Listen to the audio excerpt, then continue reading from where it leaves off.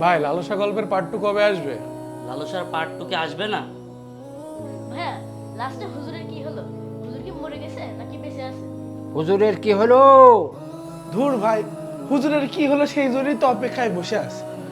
Part 2 কবে দেবেন ভাই? পার্ট 2 দেবেন না নাকি? বসে থাকতে থাকতে জমে গেলাম। প্রায় 1000 মানুষ কমেন্ট করেছে যে পার্ট 2 দেওয়ার জন্য আর কি, যেহেতু লালসা গল্পটা তুমি লিখেছো, তো এখন সবাই আমাদের সব ভিডিওতে কমেন্ট করতেছে ভাই পার্ট 2টা দেন, পার্ট 2টা দেন। এখন হুজুরের কি হলো? হুজুর কি বেঁচে আছে না মরে গেছে, কি হলো? এখন দর্শক অপেক্ষা করছে, এখন কি বলবে এই বিষয়টা নিয়ে? মানে পার্ট 2 কি আসবে আদৌ?